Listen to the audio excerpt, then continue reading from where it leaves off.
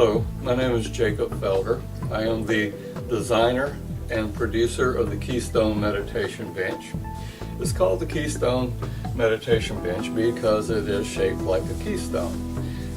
For those of you who don't know, a keystone is the stabilizing stone at the top of an arched window made out of brick. So the keystone at the top of the arch stabilizes that arch.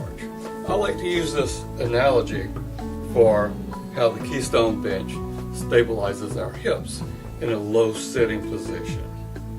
Because the hips are a little elevated, they move to a perpendicular position to the floor, where the spine stacks very comfortably and correctly over the hips.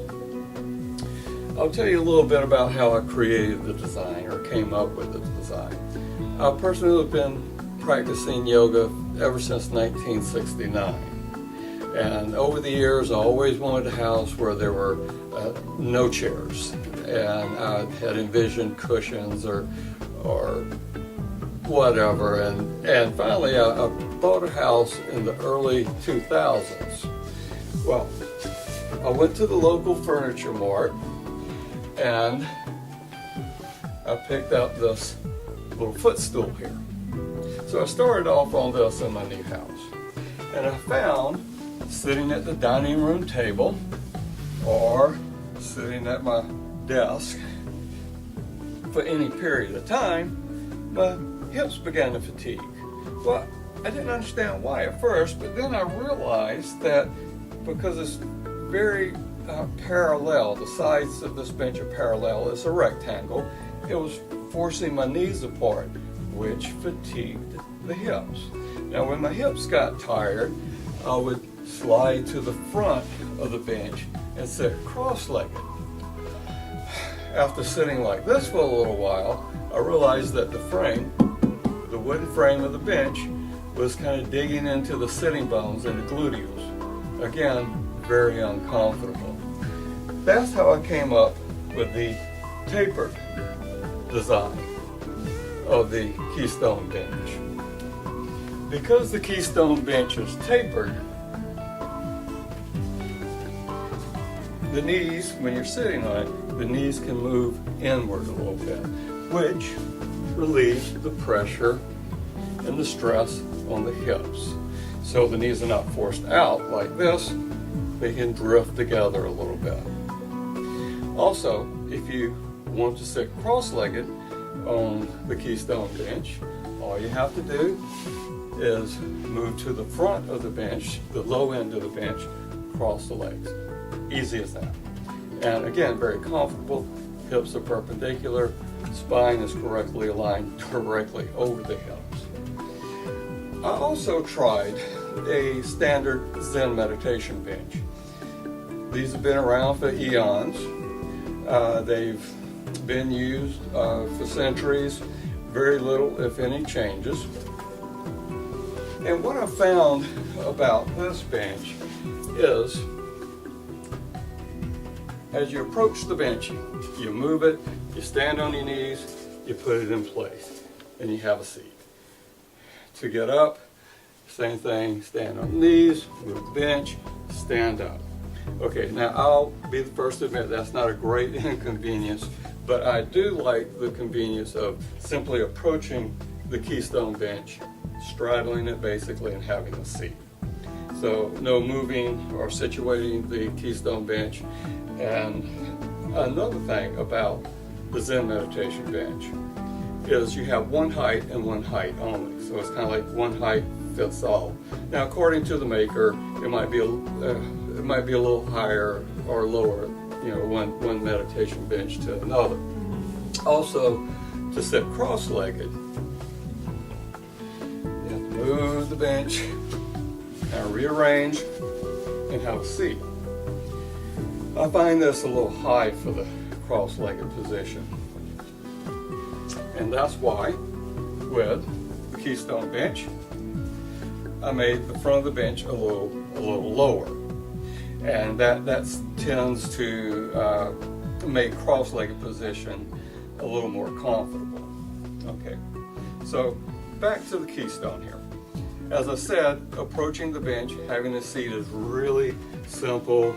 You don't have to move it around. You make your way to the bench. You have a seat. Simple as that. Okay, I'm gonna make a little bit of room of this one because I want to talk about the height once again. You know, we talked about the angle here, allowing the knees to move together.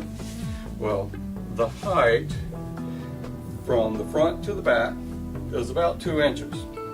Doesn't seem like much, but that can make a big difference in stress or comfort on the knees and ankles. So if you want to sit low, you sit about middle or toward the front. If you want to sit a little higher, which will relieve knees and ankles, then you sit somewhere around middle or high. This also applies to sitting bones.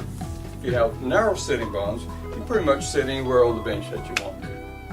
If you have wider sitting bones, a little further apart that is, then you probably want to sit somewhere between the middle and the upper end of the Keystone meditation bench. Set this one aside again. Oh, and a little bit about the material it's made of. I chose to build the Keystone bench out of veneered laminate.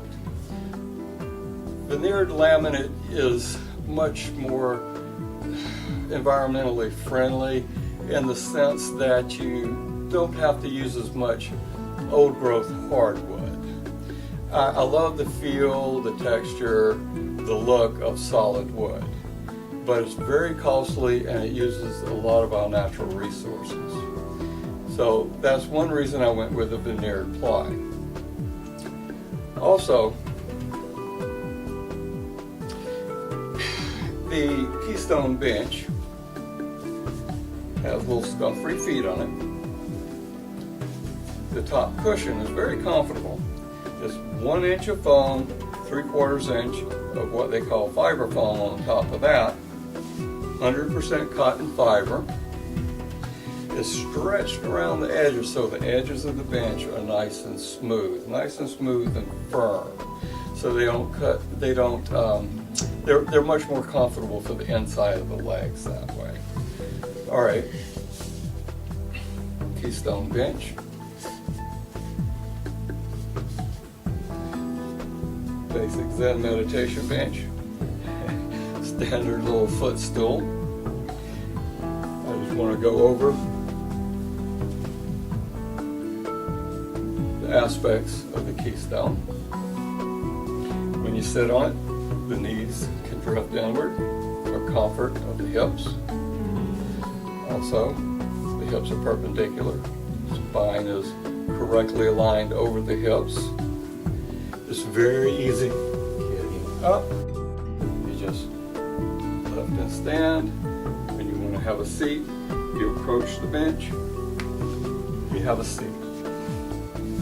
You also have your choice of heights. You can sit high, like I am now. With that, you can sit low, or folding the legs in front, you can sit cross-legged. Very easy. Now, for those of you who enjoy or prefer to sit on the floor, say on a regular basis or for meditation purposes, I hope you will consider the Keystone meditation bench. Give it a try. I think you'll be very surprised at how comfortable it is. Now, in the spirit of yoga,